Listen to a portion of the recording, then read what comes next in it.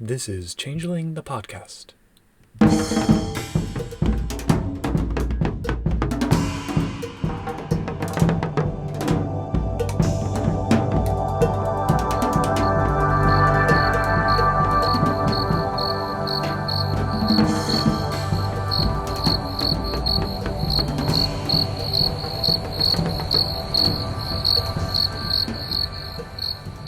Welcome to Changeling the podcast. Come for the glamour, stay for the vibes.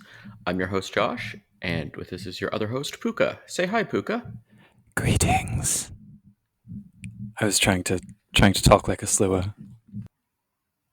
Well, we just turn up the gain on the microphone. Be like, hello. We could just talk. We could do ASMR. That'll be no. Anyway, so yes, we are talking. We've already introduced what we're talking about. Kithbook Sluagh. Yes. That would be great to do like an entire Sluagh concept around an ASMR artist of some kind.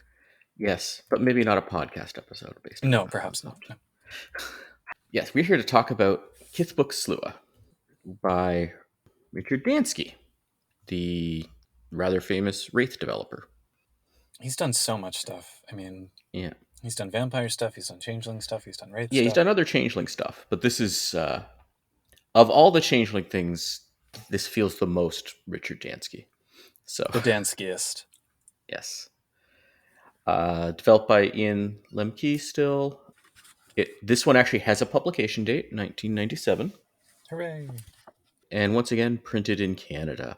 This is a full color book. Or is this a full color book, or would you say like a 3/4 color book? It's got a very... I'd call it full color. I mean, the art is certainly colorful enough. All of the art by Yes. one person as well, which is a rarity, I Yep. think, for Changeling books. But I really like when they do sort of palette swaps, like we saw in Shadow Mhm. Court. It was kind of, the Knotwork border was in villain colors, and here it's sort of Mhm. desaturated and gloomy looking. Plus, I think this is the only book where we get, in the sidebar borders, those little glass icons have been replaced by little insects and arachnids, which Mhm. I think is really charming. So this opens with the, like, all of the books, maybe? Opens with a storytelling chapter, Fairy Tale, The Wickedest Boy in the World, or How the Sluagh Came to Whisper. All the Kithbooks, at least. It's, again, kind of like we saw with Kithbook Trolls. It's the origin story of where the Sluagh frailty came from. Mm-hmm. Yeah. But I like this one better, though, because the Troll one was too...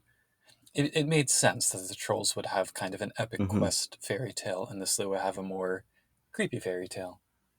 But I like this. This may be my favorite opening fiction of any Changeling book for sure. Maybe a role-playing game. I'm not sure. At least that I can think of. the only thing that really bugs me about it is the anachronism of the art, because the tale is told like it was a long time ago, centuries ago, and yet we have this like modern suburban kid in the artwork. Yeah, that's true.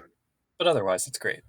Yeah, it made it kind of confusing, and you're reading through it, and it's like, do you want to give us a little overview what the story's about for the listener? It's pretty straightforward. So, in the olden days, the Sluagh's role in human-fae relations was to be the enforcers of good behavior in children, which they would do by scaring them into good behavior. And they would be summoned by the parents leaving out bowls of spoiled milk or bread baked with insects, etc. So this is the story of Michael, who's the most wicked boy in the world, doing things like torturing animals and burning things. And I mean, he really sounds like a psychopath in the making. So, his parents are hard put upon. And after they fail again and again to get him to behave well, they call upon the Sluagh, who take him away and cover him with spiders and animate his shadow and all this stuff. However, Michael knows that the Sluagh are forbidden from actually harming any of the children that they abduct. And so he's laughing it all off until finally the Sluagh named Agnes, is it Agnes Greyteeth? Sounds right, yeah. She decides enough is enough and takes out her dagger, and she's ready to cut his throat. And that's the first thing that actually scares him. So as she brings the knife down, he screams in terror and she stops. However, the point just barely draws a drop of blood from his throat, and that's enough to violate their oath. The Tuatha ride out and steal all their voices, which makes the Sluagh unhappy. So they send Michael home and say, "Never make us come for you again." Or, to be more precise, they say, never make us come for you again. And that's the origin of how they lost their voices, or at least one possible version. Yep. It's much more interesting to me than like a troll who was in love and got fooled and then betrayed and then raged out and then lived in seclusion and then came back. Like, this is much more Mm-hmm. straightforward. Yep. And it's very much tying into the whole Kith. It makes sense the whole Kith to be like that. Yeah. And if you treat it like a story, it's perfect, right? Like a story a Sluagh would tell you. Yeah. I like that there are subtle pieces under the surface. So the fact that the parents just know the correct rites for summoning Sluagh, or the sort of forms that their magic takes, or the references to the others to whom the oath was sworn, presumably the Tuatha De Danann. Mm-hmm. It all gives this feel of a lived-in world, like these hints that suggest more outside the boundaries of the tale itself, which is something I always like in fairy tales. Yes. Yeah, and they have later in the later chapter they talk about the story and other versions Mhm. of the story. Yeah, it's a great story. So yes, chapter 1, a night's worth of history. So this is the history of the Sluagh. For some reason, they're Russian now. Yeah, there's a few things I love this book, and there's a few things that I will just treat as a thing Sluagh say, or a All thing that right. some Sluagh may believe, and not at all. The Sluagh starting in Russia, not just because the name is not, or Eastern Right. European. The name is not at all.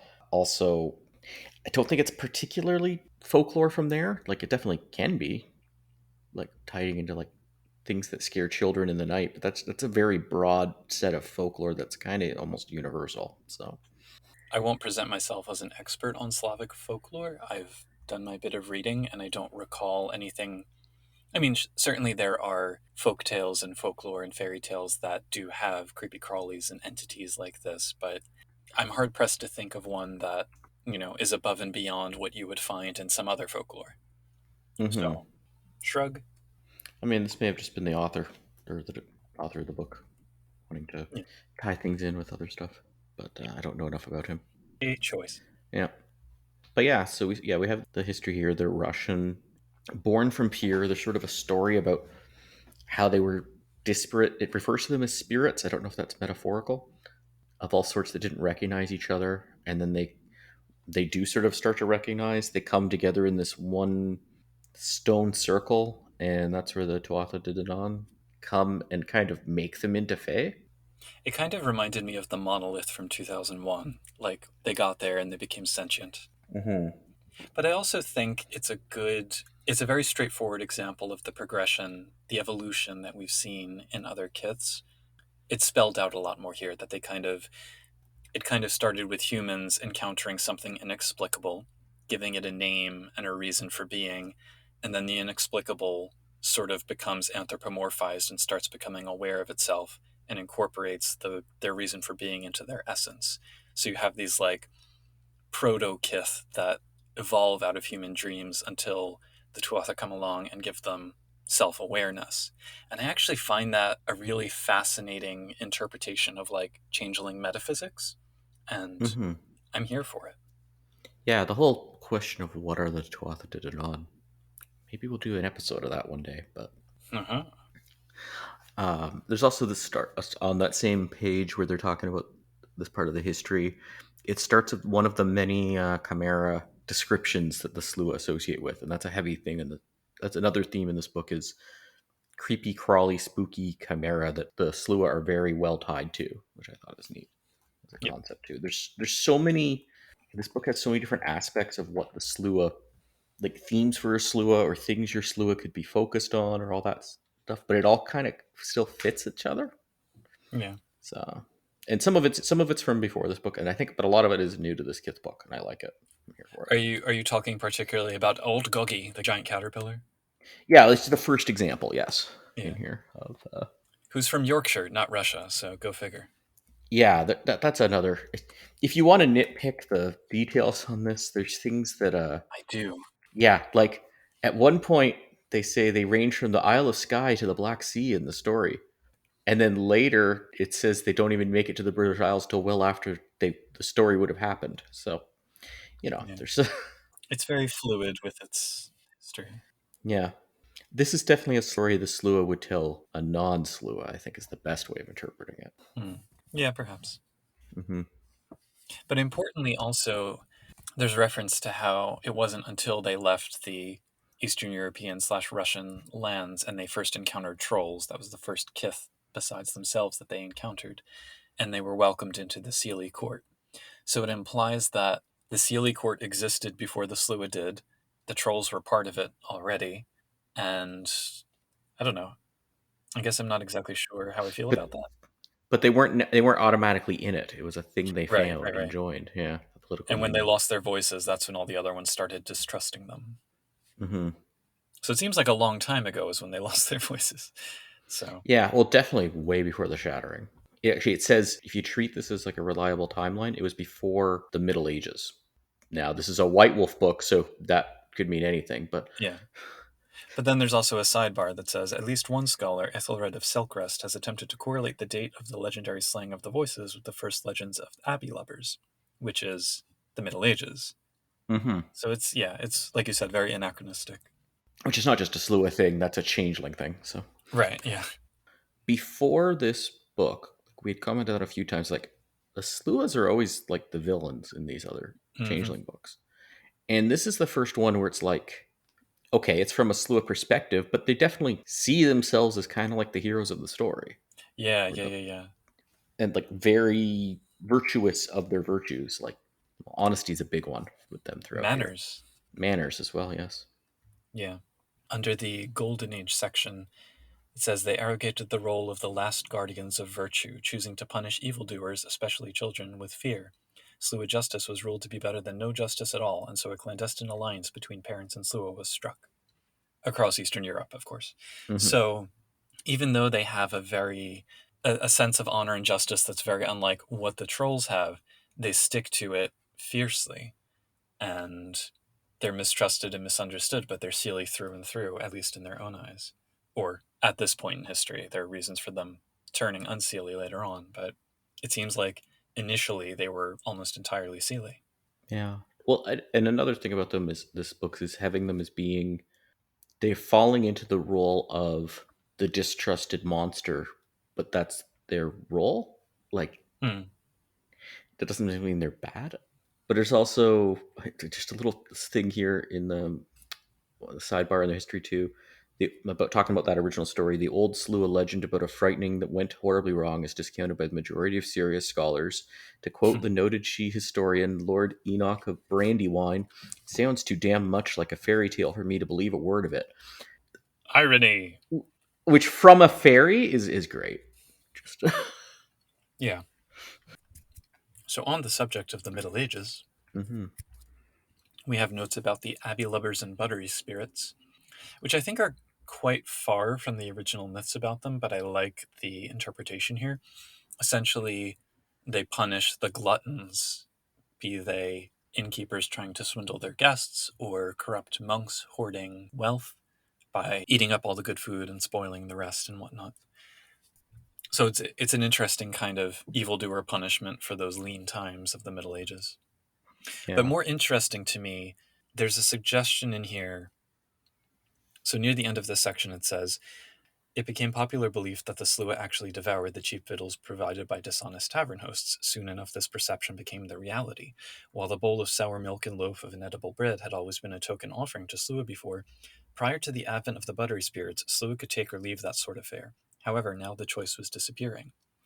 So it's the suggestion that the kiths continue to be reshaped by human myth and expectation even after they gain sentience, which is hmm something we don't really see very often, but is a very it's worth thinking about in the context of the game and Faye's relationship with humans.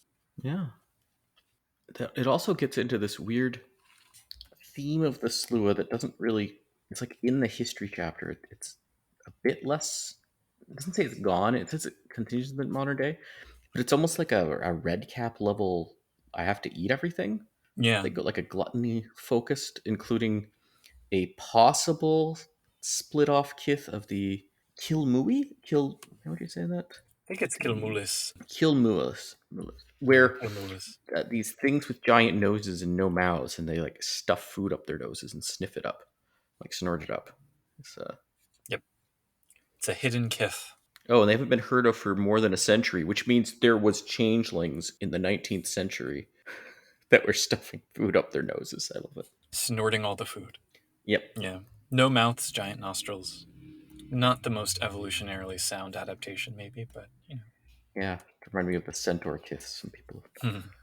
Yeah. And then we get some Uh, notes about the history with the wraiths, which I'm yeah. going to defer to you on some of this because I've never played Wraith and you have. So, uh, Given who the author is, it's not surprising. I mean, he'd know mm. more than I do, and everything sounds right from everything I know about Wraith here.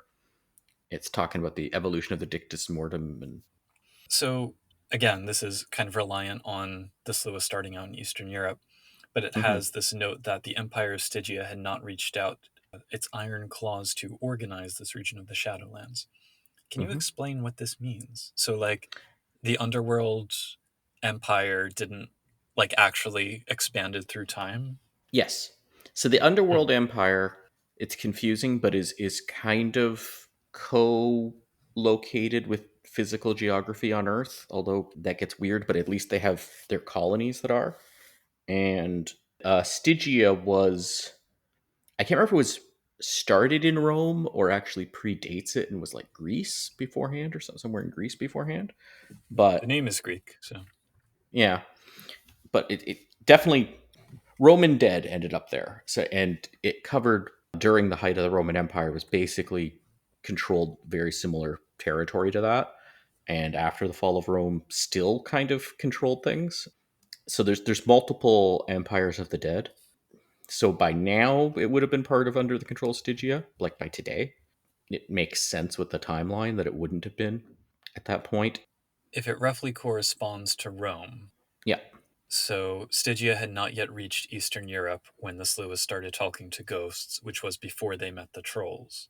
So you can yeah, actually, I guess, plot kind of a rough timeline for some of this if you're so inclined. I mean, obviously yeah. it's World of Darkness. All the chronology is kind of fluid, but And we don't have a precise. I don't think we do. I mean, I'm not. Again, I'm not as into Wraith as I am into Changeling, for instance. But mhm. there is some. There are other empires though too. But I Yeah. can't remember anything about anything that would be in Eastern Europe like to that degree. Or Mhm. there was no like Rus Empire or something Viking and Wraiths necessarily. So An investigation shall be had. yeah. And Stygia's also conquered by the time of the modern day North America, Ah, go figure. or at least the U.S. I can't remember exactly how far, but Well, regardless of that, I do like the explanation of connections here with they mention that in the Celtic cultures, the Fae and wraiths, the line between fairies and wraiths was already kind of blurred, which is true. There's hmm the underworld and fairyland. Not that they were exactly synonymous in some of the old stories, but they were very closely related. Whence the yep, name Sluagh, which means the host in reference to the host of the dead. So, but having that explanation underneath of the Sluagh being, these creepy crawly night things, and so are ghosts. Ghosts are creepy crawly night things, or maybe floaty spoopy night things instead. And then you have burial mounds being interpolated with fey mounds. So, like, having that link, again, it's that case of the human stories and the human lore informing what's going on with the actual kith. So, yep. who knows? Maybe they developed their ability to perceive and speak with ghosts even across the shroud after that kind of conflation was already underway. And I mean, back then, supposedly the shroud would have been much weaker, Yeah. and it also is influenced by human belief about Yeah. Yeah. Yeah. Yeah. around the dead and whatnot. So it all kind of fits. And there's a sidebar that says they don't like the red caps. Yep. Which Red caps are crude. yeah, and then it talks about the shattering, and they're mostly like, "Oh, that was good." Well, good and bad for the slow. Well, they became scapegoats, which is bad. So Yep. Yeah, so now they're more targeted as hated among the changelings. I feel like this section might benefit from explaining a little bit more why they were scapegoats. Like, I don't think necessarily people, unfortunately, need a reason to create a scapegoat, but I'm curious what the contemporary justification among the Fae would be. What I Mm, imagine is they would argue, well, the Sluagh, in the process of like scaring mortals, cause mortals to kind of retreat into their banal homes and towns and shut themselves away from the dark and the unknown, which caused yeah. banality to rise and glamour to fade. And that Hmm. seems like it's the kind of poor logic you would expect from somebody trying to scapegoat somebody. So, Yeah. you know. Yeah. And they're also, I think they're also just accused of even more wild things all the Oh time yeah. too. Yeah, yeah, of course. Because they're secretive. They tend to avoid a lot of interactions with other people. And when they do, they want to, yeah, they're Right. But specifically to cause a massive wave of banality that would harm them as much as everybody else, I think requires some no, very specific pretzel logic. no, yeah, exactly. But they wanted to blame somebody. Something else I would have liked to see is actually this is something I like to see in every Kithbook if it were possible. Their perspective on the changeling way, like how did they conceive of it? How did they find out about it? Did they get together to perform it on themselves? Yeah. It'd be a really interesting kind of. I know it's kind of left deliberately ambiguous in the books, but yeah. And that brings us into the Industrial Revolution and the 19th century, which is when reading this book, I want a game set there for the Yeah, Sluagh, especially. I know there are other World of Darkness games, but nothing Changeling. yeah, It mentions one little offhand comment that I'm like, huh? It's talking about rail lines going through ley lines. yeah. I don't remember that being a thing in Changeling for sure. I think it pops up here and there, but yeah. Yeah. And I don't know that the Sluagh would really care so much about ley lines, Hmm. but sure. Yep. And it talks. It starts into industrial. The agrarian reform and the industrial revolution really gets into. I think it's a good explanation that's still consistent with C20 for an age of mostly banality coming in, Hmm. and it explains why it would be so banal most of the time without while still going okay, but there's still these little hidden pockets of glamour kind of thing. There's a Calvin and Hobbes comic where Calvin and Hobbes are like standing outside looking at the infinite night, which, though very beautiful, can also be very creepy and terrifying. And Hobbes says something like, it makes you think about how insignificant mankind is, or something like that. And the last panel is they're back in the living room and it's very bright and colorful and they're watching TV. And Calvin says, that's why we stay at home with our appliances. Hmm. And that to me is sort of now, granted, the banality of the Industrial Revolution was also born Yeah, out of a lot of horror and injustice, yeah, such as that's the what it's child getting into labor too. stuff here. But Yeah, I think there's also that element of the Industrial Revolution enabled ways of life. And it points out the Sluagh are kind of, at least at this point, anti technology. So humans using technology to guard against the dark is something that would be an additional, I guess, vector of banality for the Sluagh specifically. yeah. Although it does says they like the improved medical treatments, which I don't think they had at this. Did they have improved medical? I don't know. I don't need a medical historian to know how improved it was at this point. But yeah, And it also says they refuse to trust that these advances would be used for good rather than the sake of profit. And it's like, sure, but I don't think that that attitude is particularly Sluagh. I would imagine no, all of the kiths would be, except maybe the knockers, would be worried about that. yeah. So, Although being particularly cynical and yeah. also right is very Sluagh. Yeah. So But they got spiritualism and Victorian dress codes out of it. So, oh yeah, they got a lot out of it, and they're actually like it actually when it talks about for the Sluagh, it actually seems like Sluagh are coming ahead from this compared to other Kith. yeah. Or at least not as far behind. Yeah. Well, they got a lot of little creepy crawly places to be. They got a lot of fashion stuff. They got a lot of fog to move around in. It also at this point is getting into a lot of Sluagh that aren't quite so nice, Hmm. and you get assassins and all that type of thing going on. They just got tired of it. They had it. Yep. Who could blame them?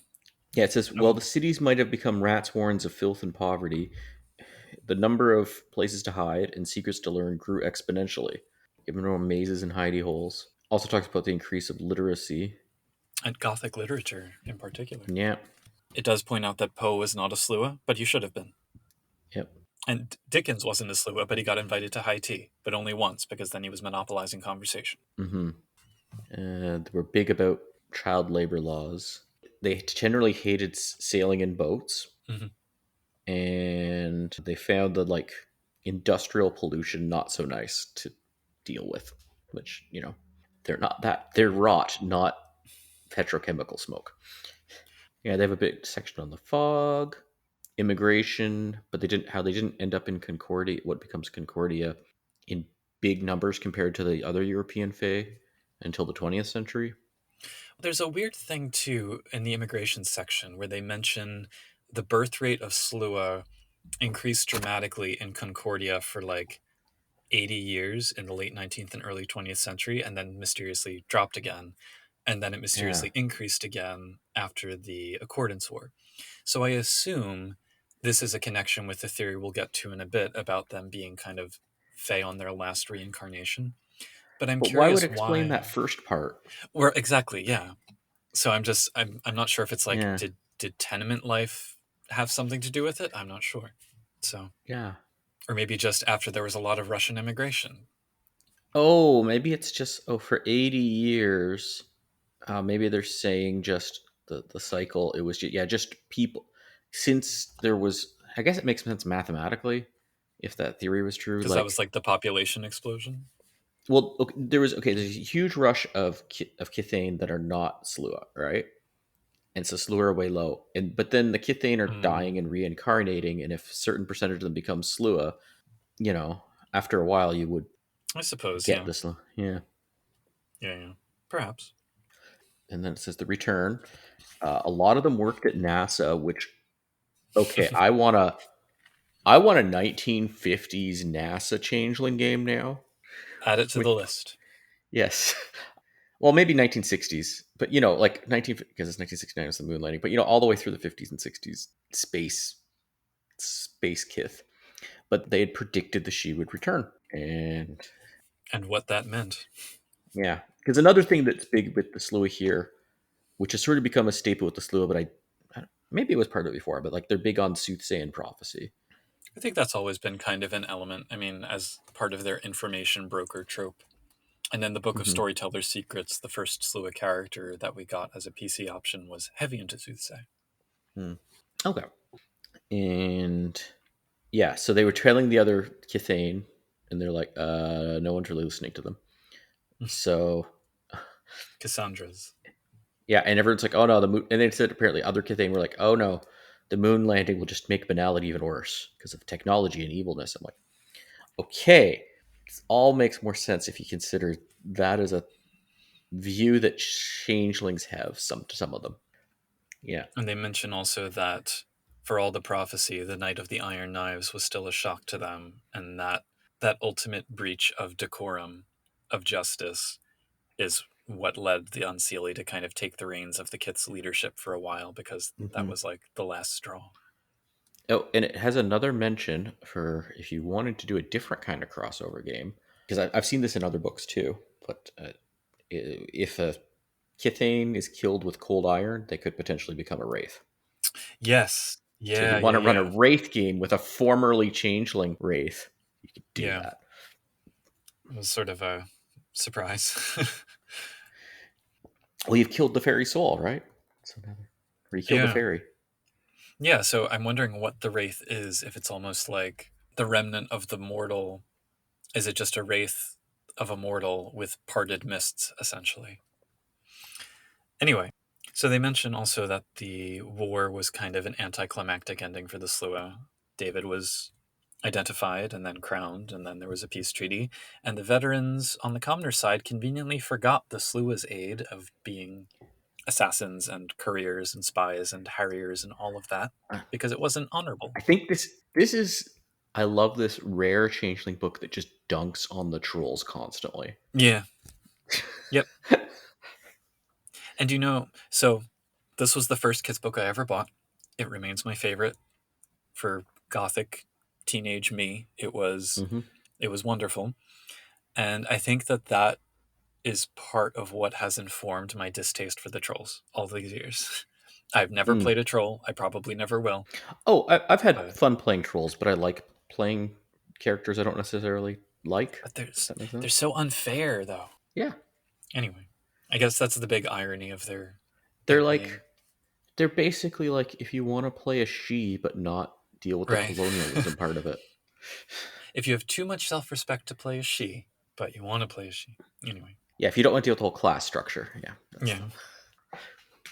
That's the history section, more or less. The Sluagh remain fatalists about their chances of surviving the coming winter, but they have yeah. kind of that beautiful decay vibe going on. Yeah, they think that they'll be the winter. I'm curious what they think winter will be. If it's like subtlety will not go well in winter, I'm like, but it's all banal. Like, what does that look like in their heads? But Mm. that takes us on to chapter two. This chapter I like. I would say it's very good for Sluagh NPCs. Mm. Like, there's some useful stuff for PCs as well, but a lot of it's like I don't know how to apply a lot of this advice for player characters in a tabletop changeling game of a Sluagh mixed with like other kiths in your player character group. Yeah, at least in the start, it pretty much says the Sluagh are information brokers in about 16 different ways. Yep. So if you don't want to play an information But broker, it does really good job explaining how to do that scene. Like I read, come yeah, like oh it's yeah, like yeah, yeah, if I want to, even if it's not playing a Sluagh game, like oh, this is how you do an information broker NPC for the PCs to deal yeah, with. that's true, yeah, yeah. But they can be other things too, and we have a handy Yep. list.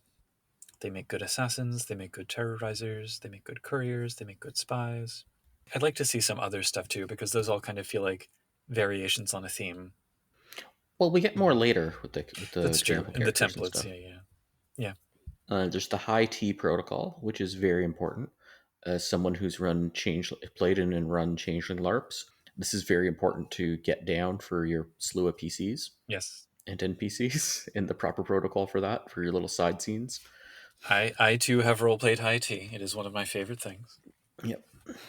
and it has one of the best sentences in the book, which is prematurely aging one's dishes is déclassé. Yep. Such a put down. We get a story from a child psychologist where I don't think the child psychologist is necessarily evil, which is a good change in this edition of Changeling. Although they may be, it's hard to tell, but they're definitely creeped out, which is nice. Oh no, no, this is the mother talking to the child psychologist, I think. Okay, yeah, So you could still be evil. yeah. We don't know, but it's not hinging on the psychologist being evil, which is a good step up for Changeling at this point. Yeah. And it's like a creepy girl just talking to people that aren't there, but then she saw someone briefly, things that were there. And yeah, she just hides up in her room talking up there, and I don't hear anyone answer. I liked it. And then we get into this is the first of the books we've gone through where I like the romance section. I'm indifferent to it. It's fine, Yeah, but I don't really need it to be there. yeah. They're big on truth. Yeah. And they have in the sidebar the story of Sir Cole, which is one of my favorite little in universe fictions, where Sir Mm-hmm. Cole stated that he believed the Sluagh Lucas to be a liar. And Lucas, having sworn that he was telling the truth, was so insulted, he strode out. And then the next day, basically just started doxing Sir Cole and eventually providing evidence of his own treachery. Mm-hmm. With the last line of, or I could be lying. Hmm. But by that point, it was too late for Sir Cole. He had already been Yeah. ousted and made a pariah. Yeah. No, that was a great story. Never, never call a Sluagh a liar if they have sworn to you that they are telling the truth. Yeah. There's a bit on the courts. Unseelie are more sociable than Seelie. Yeah. Then it just goes down to Sluagh. If you had to pick a court for each kith, this book's making the argument that Sluagh are soft Seelie. Yeah, Like, despite the gossip. mm-hmm. I like the note about the Unseelie Sluagh, where it's basically they're kind of apolitical relative to their comrades, especially in the Shadow Court as well. But for the Unseelie, the tenets of the Unseelie Code, they don't really care about except for honor is a lie. Because when you see what Seelie so called honor has ever gotten them, of course they would Mm-hmm. hate that idea. So, whereas the Seelie are of the court, but not with it. They hold Yep. the same tenets, but they don't show it openly. There's also a sidebar about the hidden war between spies and assassins on both sides of the divide, Seelie versus Unseelie. And that's a chronicle I want to see. Just straight up Hmm. slew a Mission Impossible, you know? Yes. Then we get the Shadow Court, where it's sort of implying that much more Sluagh are interested and know about the Shadow Court than are in it. Although some are in the Shadow Court too. And some get blackmailed into joining the Shadow Court. Yep. By other Sluagh, potentially. Yeah. It also notes that Uh, they seem more willing to put up with their Thaline version than most other kiths. It's like occasionally they will offer a bogey a little bit of shelter, I but mean, I'm thinking of like Knockers and Boggins work even more with it, the Unseelie ones. But maybe. yeah, Certainly not trolls and ogres, though. They're never going to get along. no. But speaking of those other kiths, we get a hefty dose of perspectives on them. The boggins are obviously good for getting and spreading information. Yep. There's reference to a sport that the Unseelie play called tobogganing, where a Sluagh picks a boggin and feeds her some false information that's too juicy to keep a secret. And then they get together a couple weeks later to see whose rumor has gotten farthest. Hmm. Yeah, it seems like they don't exactly dislike the Boggins, but they definitely don't respect them. Yeah. Interestingly, there's this sentence that says a boggin who gets drawn into the web of an Unseelie crawler will be ravaged of any useful information. Ravaged with a Hmm. capital R, implying that Yep. changelings can ravage other changelings. Does it say they can't anywhere? I think we had this happen before and we didn't come to a Yeah. conclusion. Yeah. So, I go with you can, yeah, but that's like the only form of epiphany you could do to another changeling, really. yeah, it would be Like, interesting if Unseelie could only ravage other Kithain and Seelie could only muse other Kithain or something. mm. But anyway, And then there's Ishu, which they actually have a lot of respect for. and envy. Yep. The view of Knockers is pretty much every other Kith's view of Knockers. Their view of Puka is pretty much the other Kith's view of Puka. Yeah, I'm pretty sad that they find Puka so intolerable, which it makes sense. I mean, Yeah. they value the truth and they value their word and everything, and the Puka are kind of not the opposite of that, but often seen Hmm. to be the opposite of that. So, I do still wish. I feel like we need a good changeling kith of trickster who are always honest. hmm, As in, the words that they say are always literally true, but they're a trickster. I feel like that's somewhere, but yeah, yeah, maybe it was in the Player's Guide C20. Anyway, and then red caps. They also it's the other everyone else's view of red caps. there is a nice note though about the red caps and the Sluagh representing tangible versus intangible fear, and I think that's a really Hmm. cool way of framing it. Satyrs, I think, have the most interesting right up here because it's kind of Yeah. two very not unexpected ways that they engage with the satyrs. So for the more boorish satyrs, they'll do things like dare them to sleep with people and then get the information that one only gets from a lover's bed. You know, Hmm. that's valuable to the Sluagh. But then for the more sort of stoic intellectual satyrs, they're one of the few non-Sluagh that will be invited to high tea. So they'll just have these Yeah. intellectual debates. Yeah. It seems consistent. Like if you had a game of just Slua, Ishu, and Satyrs, they could all kind of get along pretty well. I think, Yeah, yeah, surprisingly. yeah, yeah. I'm into that. There's also the note that Sluagh and satyrs getting together in bed themselves take advantage of the Sluagh's bendy bodies and occasional prehensile tongues. That's also come up in the changeling orbs I've been involved in, but Ugh. Lines and veils. not acted out, just described. No, It's, yeah, not so. alluded to. There we go. Well, thank goodness for that. The she. Slua don't like most she. I don't know. I didn't find their dislike of the she very deep. I kind of wanted something Hmm. more, but Yeah, it's pretty much what you would expect. yeah. It's like, oh, they're arrogant. None of it felt wrong, but yeah, No, it was no, just no, no, easy. no. There is a note that the sort of mature Seelie Sluagh appreciate the order of the Seelie court, and that the Unseelie enjoy the kind of gadfly role that the Unseelie houses often have, where they kind of needle the Seelie court about their values. Yeah, yeah. It would have might if they put a bit more about okay, they actually find the court stuff entertaining because they Yeah, do, right? yeah, but it doesn't go into it's not very kith specific. Hmm. And then trolls. Yeah, no love lost. Yep. I am curious about the note at the end of page 39 where it says, Unseelie Sluagh take a lesson from the genie and are often experts at manipulating honor-bound trolls to their own benefit. I don't know what that means. Must be referencing some folklore story that. Yeah, there must be something in the Thousand and One Nights or something where a djinn, like, Yeah. manipulates someone into breaking their own oath or something. I'm not sure. I mean, that shows up again in so many things about oaths, different folklore, but yeah. Yeah, The genius specifically. I'm not sure.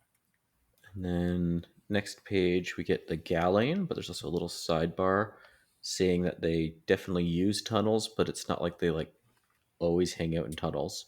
Or live there. Yep. Although I'd still like having the idea of you go through one of those tunnels and you end up with like a little Sluagh apartment that they've sort of built underground. Yeah, but the first strong rain and. Well, it depends on where, but yeah, Yeah. in some place like New York City or London or something. I don't know. I've lived in New York long enough to know that I wouldn't want to live anywhere near the sewers. Yeah. Well, I don't mean the sewers necessarily, but or yeah. or the tunnels or any of the above. Or Okay. below, I suppose. Maybe I just really like Ninja Turtles as a kid. So There you go.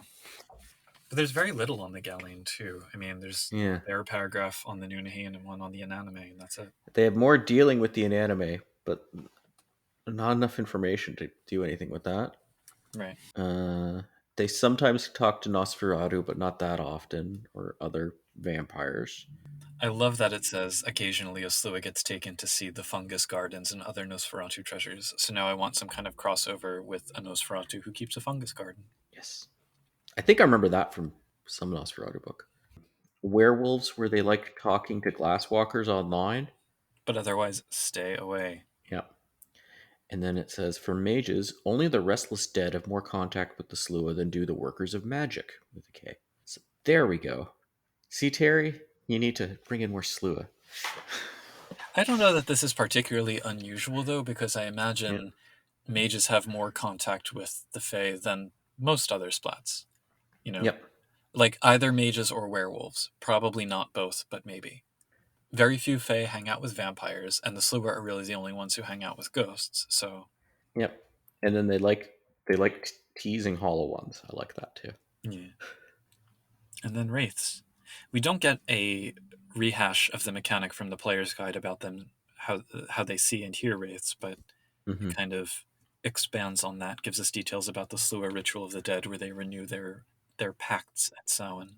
Here's a question: is this a first or second edition book? This is very near the end of the first, so second was Yeah, probably already in development. because it feels more second edition to me. You can tell by the chunkiness of the nutwork border. Mm, This has a chunky one, therefore it's first edition.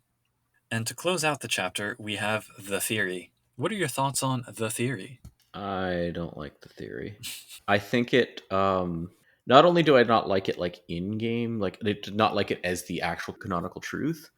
I think it has so many holes on it that it like I have too much respect for the Sluagh for the most of them to take it seriously. Like it just doesn't work. Like okay, remembrance is a thing in Changeling, right?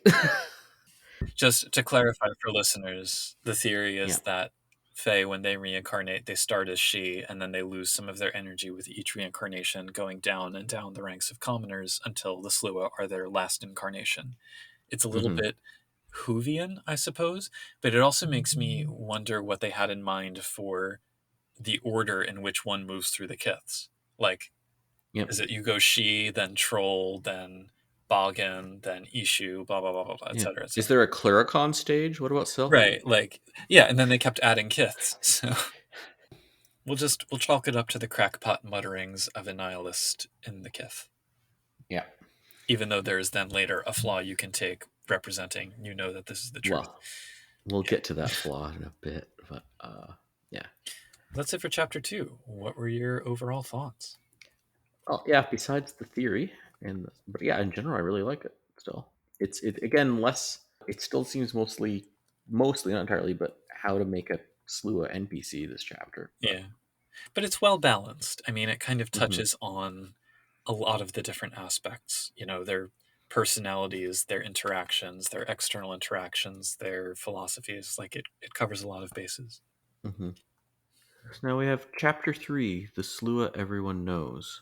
It's really not everyone. No, but it's about the famous Sluagh. Yeah. I'm always kind of on these like, okay, these chapters. Yeah.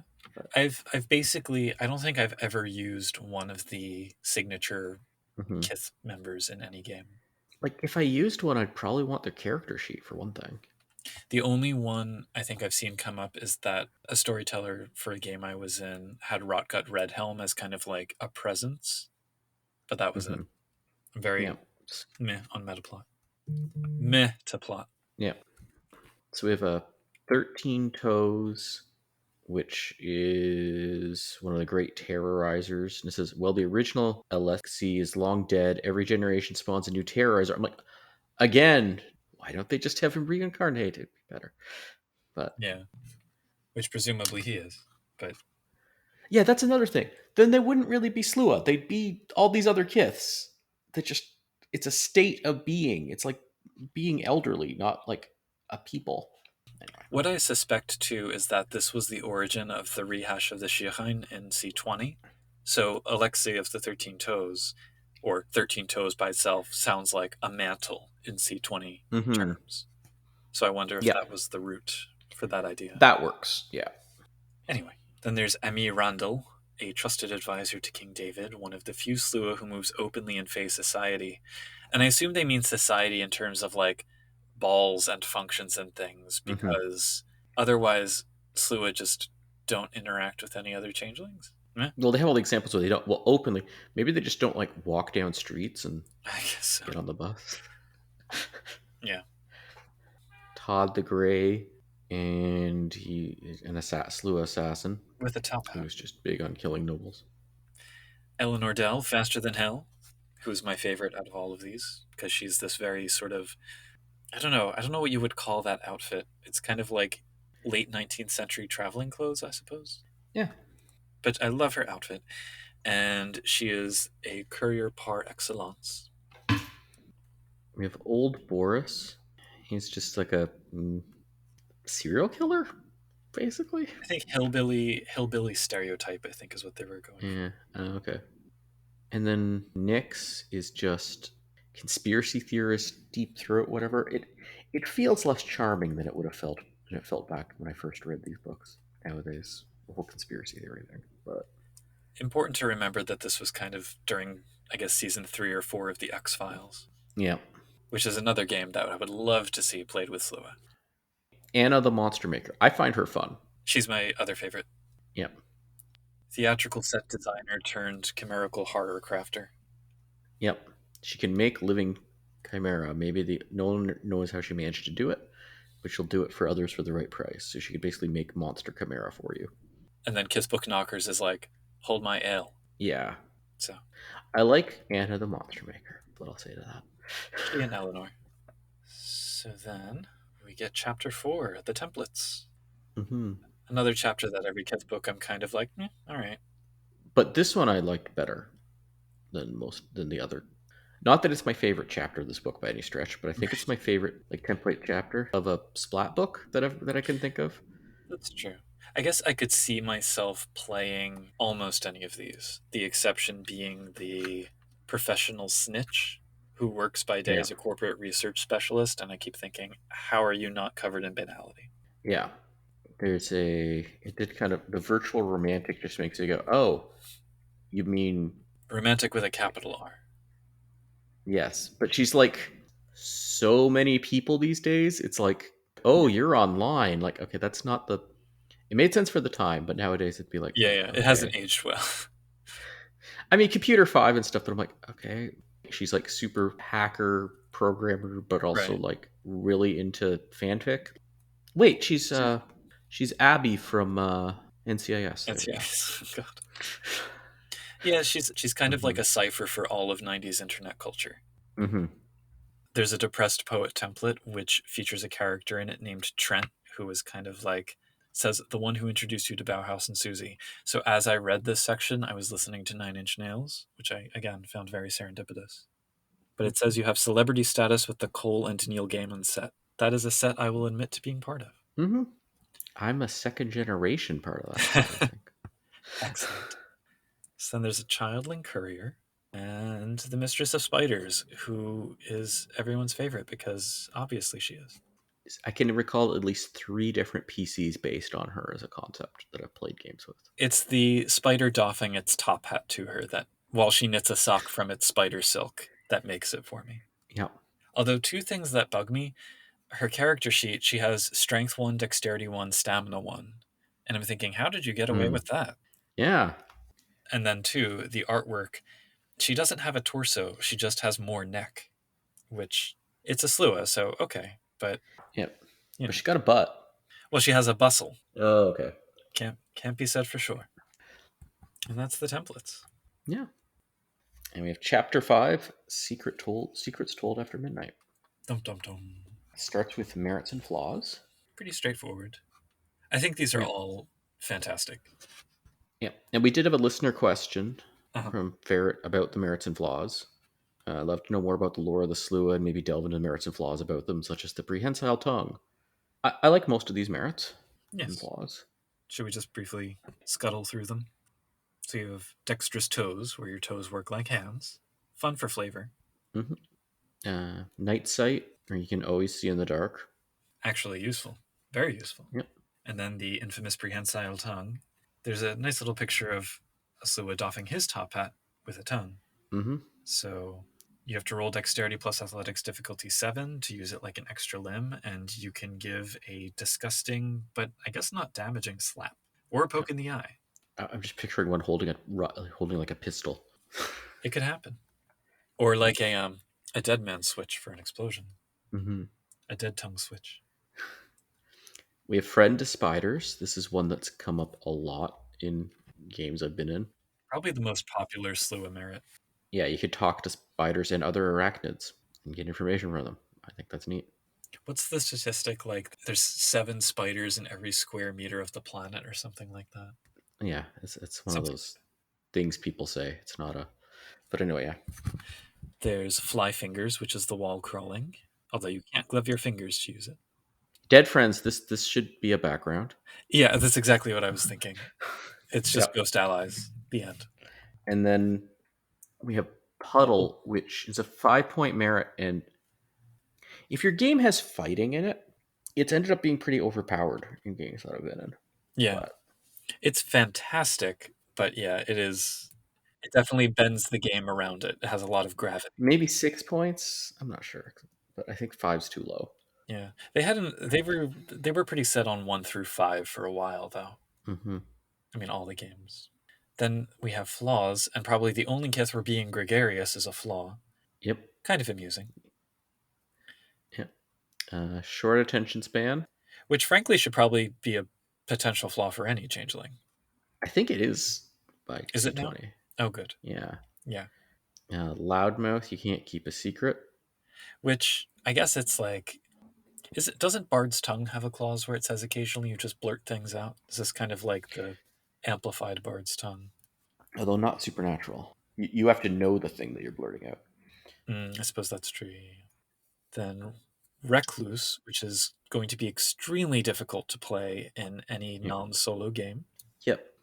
Hagridden, where you have a wraith who's really mad at you and following around. I'm like, I think that could probably be covered with existing flaws, but okay. Like Haunted, for example. Yes. So that's essentially the same thing. Yeah. And then the worst flaw of the book. Yeah. It knows too much. You know the truth of the Sluagh. So first of all, neither of us like that thing. But I think even if you're fine with it, it's a bad flaw. And it gives you 5 freaking points. It's 5 freaking points to have an excuse to never play the game. Right. You're just like too upset about the whole thing to ever go on any quests or requests. It's a little The, paradoxical. it's like make for 5 points you can make the most annoying character in a role playing Right. game ever. Right, exactly. Yeah. The flaws overall, I'm not nearly as fond of as the merits. So Mm-hmm. the treasures, on the other hand. Oh yes. So we have treasures and tools. So we have blowguns, but this is just the stats for a blowgun. It's not necessarily a treasure. Yeah. And then Enchanter, which is an amazing story hook, but it's a dreaming Yeah. derived hallucinogen that can be, for example, used for blowgun darts. Mm-hmm. I'm wondering if this still makes sense in C20, but it should. So I like it. Yeah. And then I love all these treasures. Yeah. So the level 1 treasure, level 1, mind you, is one of the freakiest things, I think, in the canon, Mm-hmm. where you release a bunch of tiny spiders into someone's orifices and they go to work. Gray vest, where it's like a vest that you wear covered in twisty, thorny vines. It has an ensnare cantrip. Yep. And it can actually do damage to people too. Don't hug a Sluagh wearing it. Yeah, you will get brambled. Then there's Yep. the listener, which is a disembodied ear that the Sluagh can use to listen from afar. Gloves of Night, which makes your hands sort of manipulate around. Well, it liquefies them into any shape. It liquefies them and like whatever. You can use them as lock picks and all sorts of weird things. Perfect for that Sluagh espionage game. Yep. Then the word spider, which I was actually not as wild about. It's a Mm-hmm. perfect truth diviner that digests texts and excretes the truth. I'm Mm-hmm. like, oh, all right. I'm not really inclined to spend 5 points for that, but sure. Yeah. And then Cold Light. Which does basically the same thing. Yeah. But also you can stab people with it. So. That's true. It's an icicle dagger. I would assume it also kind of dispels all illusions and mind magic and all of that. Yep. And that's the Kithbook. There's a character sheet for it. The back cover is neat too because it's got a picture of one of those Yeah. listeners. Oh, it's Ear so spider fuzzy. thing. I am Yeah. a Well, recovering arachnophobe, so oh. for a Okay. while I think this book helped though. I think this book actually Mm. helped Yeah, it's a relieve, lot of cute spiders in it. So it they helps. really are. They really, really Yeah. are. So what are your thoughts The overall overall? thoughts of this book, I really like it. Both of us have this very similar view on it, I think. Mhm. Think of any disagreement we have over it. Yeah. It sets the tone much better than Trolls did, and it's Yep. what I think of as the default Kithbook. So Yep. It's like even with that whole glaring plot thing, there's a few issues with it, but there definitely as a storyteller you could just get around them quite easily. So it's by plot thing you mean the reincarnation thing. yeah. Okay.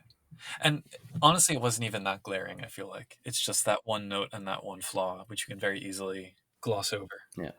I just want to say we also had the question for Count Clockwise. What are your opinions on the ideas proposed in this book that it's the very last generation of Kithain and that no one will ever reincarnate again? Well, I think we've answered that question. Stuff and nonsense. That's what it is. Yes. But as you said before, I like it as a theory the Sluagh in game might have. I just don't think it's a 5 point flaw. Yeah, it could be I don't think that flaw would work for any theory. Right, making it didactic like that makes it seem like it's the truth. So Well, it also just it's a bad. You don't want your any player taking that flaw, but it also compels your character to be just a terrible character for a game. That nihilist, yeah. yeah, I think you can just do that with a legacy and call it a day. yep, Anyway, my only sort of, not complaints, but wishes are that I wish, honestly, they had made more use of the space because there were pages that had almost nothing on them. There were lots of just splash pages. And given the quality of the writing in this book, I wanted more. So hmm that's the only thing. I mean, leave them wanting more. That's good. Yeah. I like the templates, but I also think they could have gone in some more directions as well. Because when I've played hmm as Sluagh, I didn't really want to be any of these, so I just kind of made my own thing. And I hmm liked that better. I liked being an atypical Sluagh more than I think I would like being an atypical member of another Kith. So Yeah, but I mean, you do want a typical in the thing too. Like if they had the like slew a party girl or something. I mean, that'd be atypical, but well, I played a goth DJ. So, you know. yeah, Anyway. which is fine for a character. I just don't think it would make sense for anyway. So So yeah. recommended.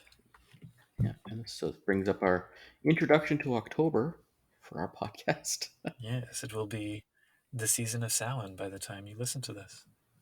So this has been Changeling the podcast. I've been your host Puka. And I've been your host, Josh. You can reach us at changelingthepodcast.com. Email us at podcast@changelingthepodcast.com. In the show notes, you can find a link to the Discord where we hang out and talk Changeling all day. Mm-hmm. We're on Twitter at changelingcast. We have a Facebook page, Changeling the Podcast. And maybe you'll just see us skulking in the shadows in some corner somewhere, like a Sluagh Yeah. does. Or not see us. That's the better one. Sorry. Good night. Oh, that was, my heart went all a flitter flutter. Yeah, until next time, keep on dreaming. If you're a fan of all the things that go bump in the night, not to mention the things that go hiss, slurp, or screely-doo, please stay tuned for a couple other horror-themed episode ideas that we have coming up for this spooky October season. And as always, we are grateful to our patrons for their support of the show: Derek, Raz Caboose, Sandjigger, Seja, and Terry Robinson. If you'd like to help us keep generating Changeling content, please stop by our Patreon at www.patreon.com/changelingthepodcast and or leave us a review on the podcasting platform of your choice. Many thanks. Here come the outtakes. I actually really hate ASMR. Blasphemy. It's like chalk on chalkboard screeching, kind of nails on chalkboard sound almost effect on me. Anyway. Some of them are really amusing though, when it's like people making meringue and stuff. Yeah. I can't help but laugh because it feels so unseemly to listen to. Mm-hmm. Yeah, Yeah. maybe that's it. Maybe it's just like enforced intimacy with people I'm not wanting that with. Is what it feels Yeah. like. But anyway, we're not here to talk about ASMR. That'll be our other podcast. Okay, we need to do. I'm just saying this idea. I don't know if we're going to cut it. We Okay. need to get together like all the other World of Darkness podcasters, or at least a lot of the other ones, like such as Terry, and we need to have a big debate, like panel episode that's just focused on what the heck the soul is in the World of Darkness. Oh man. Oh man, that's going to be a series. But I'm into it. I'm all for it. And if we don't agree, we can fight it out in a steel cage. Yeah, that'll make for great radio. Yeah. Yeah. Did you ever read those like 2-sentence horror stories that were popular a while back? Oh, creepy pastas. It wasn't exactly creepypasta. It was like there was some kind of, it might have started as a Tumblr thread or something, but it was like share your best 2-sentence horror story. There's a whole Yeah. thing of it. And I think my favorite, there was one that was like, I kissed my son goodnight and he said, "Daddy, please check under the bed for monsters." I knelt down and looked under the bed, and my son was under there with a terrified face, whispering, "Daddy, there's someone in my bed." Mm, And yeah, that like, that was. I remember that one. That was good. that kind of thing. It is really unsettling. So yeah.